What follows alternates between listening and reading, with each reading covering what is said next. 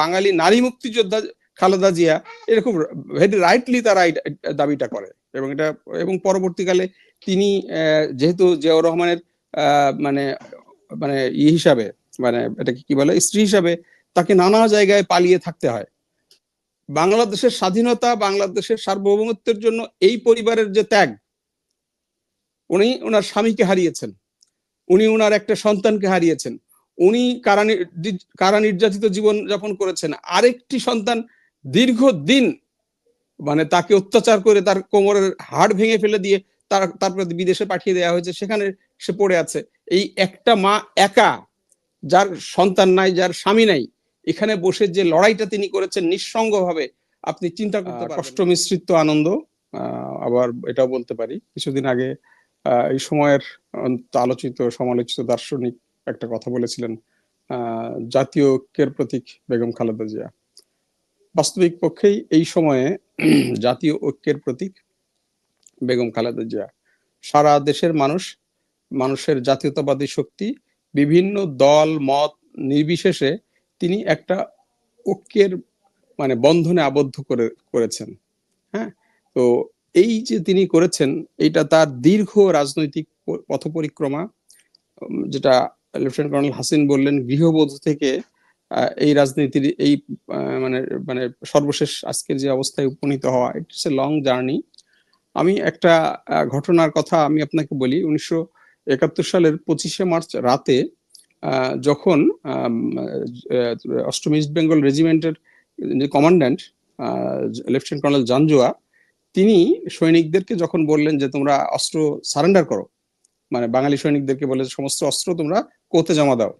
হ্যাঁ, কোর্ট মানে যেখানে অস্ত্র রাখা হয় আর কি, তো জমা দাও। তো তখন বাঙালি সৈনিকরা মানে মুষড়ে পড়লেন, কারণ তারাও নানা জায়গা থেকে নানা রকম গুজব, নানা রকম কথা শুনতে পাচ্ছিলেন। তারা একটা মানে হঠাৎ করে বেদিশা হয়ে গেলেন যে এই সময়ে আমরা অস্ত্র জমা দিয়ে আমরা তো তারা একটা বেকায়দায় পড়বো, বা একটা তারা খুব সিদ্ধান্তহীনতায় পড়ছিলেন। তো কি করা যায়? তো সবাই বললেন তাহলে জিয়াউর রহমানের কাছে এই ব্যাপারে আমরা জানি। তো জিয়াউর রহমানের অফিসে নাই জেনে উনি একজন সুবেদার, আমি নিজে তার সাথে কথা বলেছি, তো একজন বাঙালি জেসিও, তিনি জিয়াউর রহমানের বাসায় গেলেন। বাসায় গিয়ে নক করলে বেগম খালেদা জিয়া দরজা খুলে দিলেন। তো বললেন যে আমরা স্যার কি অসময়ে আসছেন, বিষয়টা কি? আমরা স্যারের কাছে এসেছি, আমাদেরকে সিও এই অর্ডারটা দিয়ে অস্ত্র জমা দিতে বলেছে, তো আমরা এখন কি করব সেই সিদ্ধান্ত নিতে স্যারের কাছে এসেছি। তো বেগম খালেদা জিয়া বললেন যে উনি তো নেই।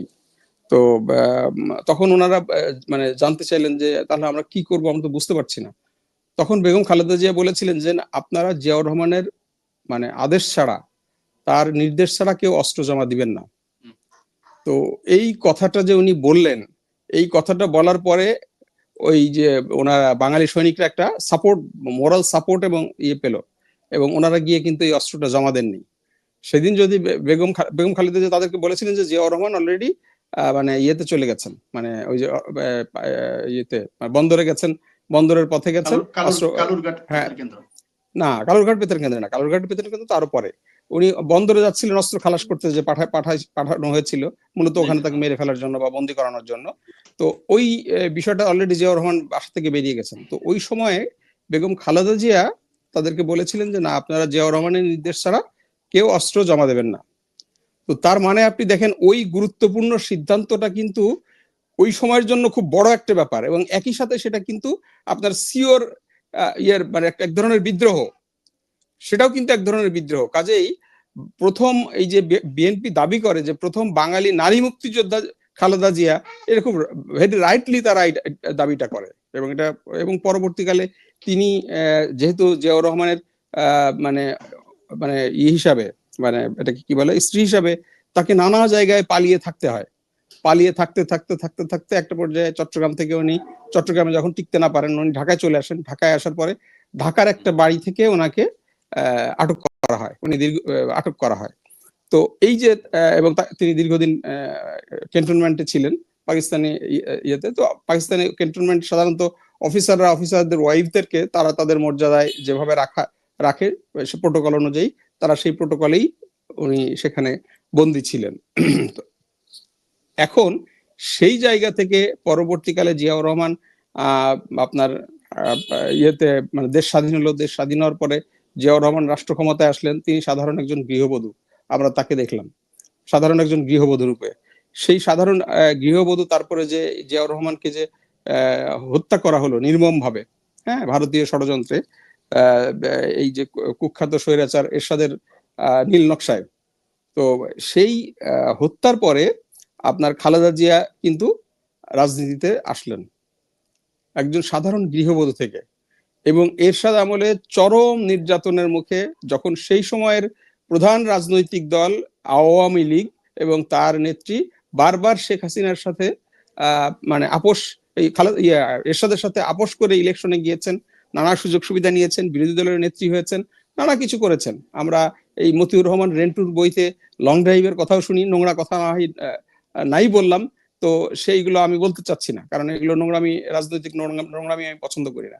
প্রশ্নটা হলো এই যে এর পরেও খালেদা জিয়া 91 সালে এসে যে নির্বাচন হলো, সেই নির্বাচনে দেখা গেল বিএনপি একক সংখ্যাগরিষ্ঠতা পেয়েছে। অর্থাৎ খালেদা জিয়ার যে এই যে আপোষহীন মানে অবস্থান এবং এই যে সংগ্রাম, এই দেশের মানুষের কাছে কিন্তু মানে একটা, এবং জিয়াউর রহমানের ইমেজ, এই 3.5 বছরের মানে রাষ্ট্র ক্ষমতায় তার যে সাফল্য, সেটাই দেশের মানুষ রেকগনাইজ করে খালেদা জিয়াকে রাষ্ট্র ক্ষমতায় নিয়ে আসলেন। এবং তার পরবর্তীকালে আমি খুব, তিনি দেশ পরিচালনা করলেন, আরো অনেক ঘটনা, বাট আবার আমরা তাকে খুব একটা গুরুত্বপূর্ণ ভূমিকায় দেখতে পাই 1/11-এর সময়। 1/11-এর সময় বাংলাদেশের 2 জন নেত্রীকে গৃহবন্দী করা হয়, এবং পরবর্তীকালে একজন নেত্রী তিনি দেশ ছেড়ে পালিয়ে যান। কিন্তু খালেদা জিয়াকেও বলা হয়েছিল, খালেদা জিয়া যাননি। এবং পরবর্তীকালে যখন ওই নেত্রীকে এই যে কি বলে রাষ্ট্রের নিরাপত্তার জন্য হুমকি স্বরূপ বলে বাংলাদেশে মানে ফেরার পথে বাধার সৃষ্টি করার কথা বলা হলো, তখন কিন্তু খালেদা জিয়া মানে ওনার পক্ষে দাঁড়িয়েছিলেন এবং শক্তভাবে বিবৃতি দিয়েছিলেন। তো খালেদা জিয়া যদি সেদিন খালেদা জিয়াও চলে যেতেন, তাহলে এই 2 জনের হয়তো কেউই আর ফিরতে পারতেন না। কিন্তু খালেদা জিয়া দেশে থেকে যাওয়া শেখ হাসিনাকে দেশে ফিরিয়ে আনার জন্য রাস্তা তৈরি করেছিল। স্পেশালি যখন খালেদা জিয়া যখন ওনার পক্ষে মানে শেখ হাসিনার পক্ষে যখন অবস্থান নেন, সেই পক্ষে অবস্থান নেওয়ার কারণেই কিন্তু শেখ হাসিনা দেশে ফিরতে পেরেছিলেন। কিন্তু তার পরবর্তীকালে শেখ হাসিনা ক্ষমতায় এসে কি করলেন, খুব নির্মম নিষ্ঠুর ভাবে তার বাড়ি থেকে তাকে বের করে দিলেন, এবং মানে এটাকে নির্লজ্জ ভাবে।